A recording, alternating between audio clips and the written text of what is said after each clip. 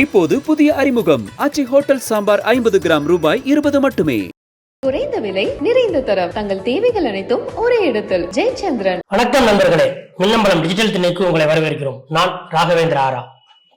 கடந்த அக்டோபர் 27ஆம் தேதி எப்படி தமிழக வெற்றி கழக தலைவர் விஜய்யுடைய அரசியல் வாழ்வில் ஒரு முக்கியமான நாளோ, அதே போல இன்று ஜனவரி 20ஆம் தேதி அதைவிட அல்ல அதற்கு இணையான இன்னொரு முக்கியமான நாளாக அந்த கட்சியினரால் இன்று கருதப்பட்டது.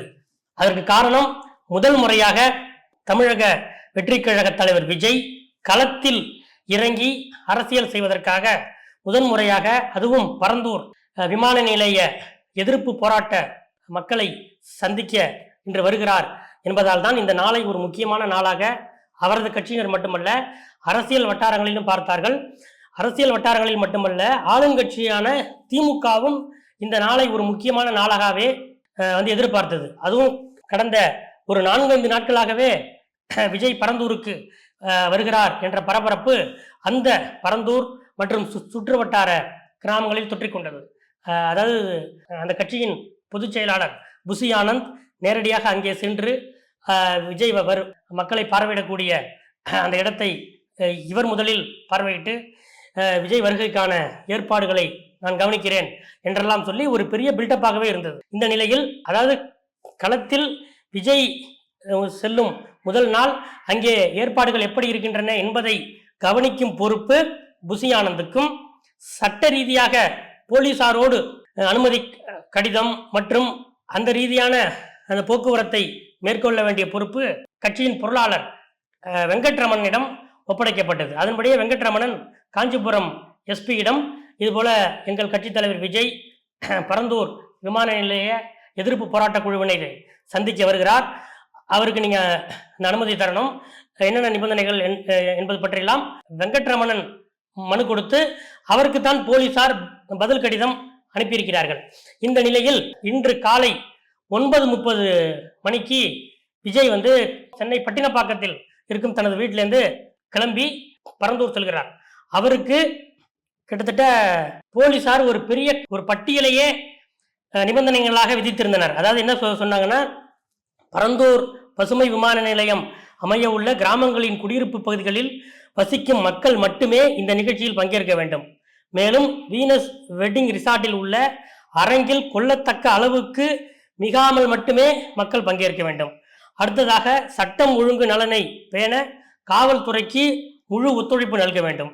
அடுத்ததாக, தாங்கள் பரந்தூர் வீனஸ் வெட்டிங் ரிசார்ட் கிராம மக்களை சந்திக்கும் நேரம் தாங்கள் கேட்டுக்கொண்டபடி காலை 11:30 மணி முதல் 12:30 மணிக்குள்ளாக இருக்க வேண்டும். அதாவது 1 மணி நேரத்துக்கு மேல் அங்கே இருக்க மாட்டோம் என்று விஜய் தரப்பினரும் ஒரு உறுதி கொடுத்து 1 மணி நேரத்துக்கு மேல் நீங்கள் இருக்கக்கூடாது என்று போலீஸும் அந்த நிபந்தனைகளை வைத்திருக்கிறார்கள். அதே போல, தாங்கள் மேற்குறிப்பிட்ட இடத்தில் கிராம மக்களை சந்திக்கும் போது தங்களது கட்சியினரால் அல்லது ரசிகர்களால், இதான் முக்கியமான வார்த்தை, போலீஸ் விஜயுடைய கட்சியை எப்படி பார்க்கிறார்கள் பாருங்க. தாங்கள் மேற்குறிப்பிட்டுள்ள இடத்தில் கிராம மக்களை சந்திக்கும் போது தங்களது கட்சியினரால் அல்லது ரசிகர்களால் பொதுமக்களுக்கோ அல்லது பொது சொத்திற்கோ எந்தவித பாதிப்பும் ஏற்படாத வண்ணம் நடந்து கொள்ள வேண்டும் என்று 4 நிபந்தனைகளை கொடுத்து அதில் மாவட்ட எஸ்பி அவர் கையெழுத்திட்டு வெற்றி கழகத்தின் பொருளாளர் வெங்கட்ரமனிடம் அளித்தார்கள். அதற்கு ஒப்புக்கொண்டுதான் விஜய் இன்று பரந்தூர் பயணப்பட்டார் என்றே சொல்ல வேண்டும். இன்று காலை 9:30 மணிக்கு பட்டினப்பாக்கம் வீட்டிலிருந்து விஜய் கிளம்பினார். சரியாக ஒரு 11 மணி வாக்கில் அவர் பரந்தூர் எல்லையை சென்றார். அங்கே அவர் செல்லும் போதே செங்கல்பட்டு, காஞ்சிபுரம் இது போன்ற பக்கத்து மாவட்டங்களில் இருந்து, அந்த செங்கல்பட்டு பக்கத்து மாவட்டம், காஞ்சிபுரம் அந்த மாவட்டம் தான், இங்கிருந்தெல்லாம் விஜய் உடைய அந்த கட்சி தொண்டர்கள், அவர்கள் காரு, வேனு, 2 வீலரு எல்லாத்துலேருந்து வந்தாங்க. அவர்களை போலீசார் ஆங்காங்கே தடுத்து நிறுத்தி விட்டார்கள். அந்த பரந்தூர் மற்றும் சுற்றுவட்டார 13 கிராமங்கள் இவற்றை சேர்ந்த மக்கள் மட்டும்தான் அங்கே வர வேண்டும். அதற்கு ஆதாரமாக அவர்கள் அவரவர்களுடைய ஆதார் கார்டுகளை எடுத்து வர வேண்டும் என்று போலீசார் ஏற்கனவே முக்கியமான ஒரு கண்டிஷன் போட்டிருந்தார்கள். அதன்படியே அந்த ஒரு தென்னந்தோப்பு சூழ்ந்த அந்த இடத்துக்கு விஜய் ஒரு 12 மணி வாக்கில் வருகிறார். ஏற்கனவே போலீஸ் சொன்னபடி அந்த வீனஸ் ரிசார்ட்டுக்குள்ள அந்த மேடையில் நின்றுதான் அவர் பேசுவதாக ஏற்பாடு. ஆனால் விஜய் அந்த ரிசார்ட்டு வளாகத்துக்குள் வந்து அந்த அவருடைய பிரச்சார வேன் அதில் தான் வர்றாரு. அதிலிருந்து இறங்காமலேயே அந்த வேனில் நின்றபடியே தனது பேச்சை ஆரம்பிக்கிறார். அந்த பேச்சு என்னன்னு உங்களுக்கு எல்லாருக்குமே நீங்க பார்த்துருப்பீங்க. 9 நிமிடங்கள் தான் விஜய் அங்கே பேசுகிறார். போலீசார் அந்த நிகழ்ச்சிக்கு எழுத்துப்பூர்வமாக 1 மணி நேரம் அனுமதி கொடுத்திருக்கிறார்கள். ஆனால் விஜய் அங்கே பேசியது 9 நிமிடங்கள் தான். அந்த 9 நிமிடங்களும் பேசி முடித்துவிட்டு அதன் பிறகு அந்த பிரச்சார வாகனத்திலிருந்து இறங்கி போராட்ட குழுவில் ஒரு சிலரை அவர் சந்திக்கிறார். அவருக்கு மாலை போடுகிறார்கள், சால்வை அணிவிக்கிறார்கள். இதெல்லாம் முடிந்த பிறகு அடுத்த ஒரு 10 நிமிடத்தில் அதே வாகனத்தில் ஏறி விஜய் அங்கிருந்து புறப்படுகிறார். இதுதான் அங்கே பரந்தூர் அந்த மேலப்படா ஊரில் நடந்த இன்றைய காட்சி. இதை தமிழக வெற்றிக்கழக நிர்வாகிகள் மற்றும் தொண்டர்கள் எப்படி பார்க்கிறார்கள் என்பது ஒரு பக்கம். இன்னொரு பக்கம் ஆளுங்கட்சியான திராவிட முன்னேற்ற கழகம் இதை எப்படி பார்க்கிறது என்று 2 வகை. இதை தாண்டி வெளியே விஜயுடைய முதல் அரசியல் பிரவேசம், அவருடைய களப்பிரவேசம் எப்படி இருக்கிறது என்று அவருடைய கட்சி, அரசு, இந்த 2ஐயும் தாண்டி வெளியில் இருக்கும் அரசியல் வட்டாரத்தை சேர்ந்தவர்களும் எதிர்பார்த்திருந்தார்கள். ஆனால் நாம் விசாரித்தவரை, இந்த 3 தரப்பினரையும் விசாரித்தவரை, இந்த 3 பேருக்குமே விஜய் ஏமாற்றம் கொடுத்திருக்கிறார் என்றுதான் சொல்லுகிறார்கள். தமிழக வெற்றி கழக நிர்வாகிகளிடம் நாம் பேசிய போது, என்னங்க பெரிய மாஸ் பண்ணுவாரு அப்படின்னு நினைச்சோம். ஆனா போலீஸ் போட்டு கொடுத்த பாதையில், போலீஸ் போட்டு கொடுத்த நேரத்தில், போலீஸ் போட்டு கொடுத்த வகையிலேயே விஜய் இந்த நிகழ்ச்சியை அவ்வளவு ரொம்ப மென்மையா நடத்திட்டு அவர் போயிருக்காரு. போலீஸ் 1 மணி நேரம் அனுமதி கொடுத்திருந்தால் விஜய் அங்கே 1.5 மணி நேரம் இருக்க வேண்டும். அப்படி இருந்தால்தான் போலீஸ் கேள்வி கேட்கும், விஜய் திருப்பி ஒரு பதில் சொல்ல வேண்டும். அப்போதுதான் அங்கே ஒரு தமிழக வெற்றி கழகம் என்பது ஆளுங்கட்சியை எதிர்த்து அரசியல் செய்யும் ஒரு முக்கியமான கட்சி என்ற ஒரு நம்பிக்கை எங்கள் கட்சியினருக்கே வரும். ஆனால் இவர் என்ன பண்றாரு, இறங்கி அந்த போராட்ட குழுவினர் யாரையும் பார்க்கல. சுமார் 3 வருடங்களாக அங்கே நடக்கும் அந்த உங்களுடைய போராட்ட அனுபவம் எப்படி இருக்கு என்று யாரையும் கேட்கவில்லை. அவர் ராகுல் அப்படின்ற ஒரு குழந்தையை பற்றி தன் பேச்சில் குறிப்பிடுகிறார்.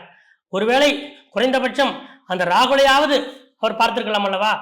ஆனால் இது எதுவுமே இல்லாமல் வேனில் நின்றபடி 9 நிமிடங்கள், இறங்கி சில நிமிடங்கள், மீண்டும் ரிட்டர்ன் என்றால் எங்களுக்கே அது ஏமாற்றமாக ஆகிவிட்டது என்பது தமிழக வெற்றி கழக நிர்வாகிகளுடைய ஒரு கருத்தாக இருக்கிறது.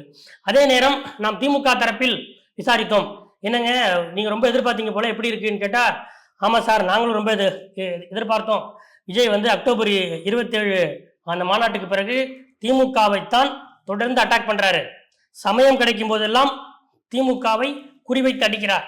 அந்த வகையில் இங்கேயும் அப்படி ஒரு பெரிய தாக்குதல் நடத்துவார் என்று எதிர்பார்த்தோம். அதற்காக விஜய் என்ன பேசுவார் என்று நாங்களே சில விஷயங்களை சிந்தித்து அதற்கு பதில் கொடுக்கவும் நாங்கள் சில இன்புட்டுகளை ரெடியாக வைத்திருந்தோம். ஆனால் விஜய் எங்களுக்கு எந்த வேலையும் வைக்கல. அவர் மிக சாதாரணமாக, மிக மேம்போக்காக பரந்தூர் விசிட்டை அவர் செய்து முடித்திருக்கிறார். அதனால எங்களுக்கும் எந்த பிரச்சனையும் இல்லை. அவர் போலீஸுடைய அந்த நிபந்தனைகளை கொஞ்சமாவது மீறுவார் என்று எதிர்பார்த்தோம். அவர் மீது ஒரு வழக்கு பதிவு செய்ய ஏதுவான ஒரு சூழல் இருக்கும் என்று எதிர்பார்த்தோம். இன்னொன்று, அவர் மீது வழக்கு பதிவு செய்யப்பட்டால் அது அவரது கட்சியினருக்குத்தான் மிகுந்த உற்சாகம் அளிக்கும் என்று நாங்கள் எல்லா வகையிலும் சூழல் எப்படி போகும் என்பதை கணித்து அதற்கு தகுந்த மாதிரி சில விஷயங்களை நாங்கள் திட்டமிட்டு வைத்திருந்தோம். ஆனால் விஜய் எங்களுக்கு எந்த வேலையும் வைக்கவில்லை. போலீஸ் சொன்னதை கேட்கும் ஒரு பிள்ளையாக இன்று விஜய் சென்றிருக்கிறார். அதனால எங்களுக்கு விஜய் இனிமேதான் இப்படிதான் தொடர்ந்து இருப்பார் அப்படின்னு எங்களுக்கு ரொம்ப நம்பிக்கை ஆயிடுச்சு. அதனால எங்களுக்கு விஜயை பற்றி இப்போது எந்த பிரச்சனையும் இல்லை என்று திமுக தரப்பில் சொல்கிறார்கள். தமிழக வெற்றி கழக நிர்வாகிகள் தரப்பில் அப்படி ஒரு ஏமாற்றம், திமுக தரப்பிலும் இப்படி ஒரு ஏமாற்றம்.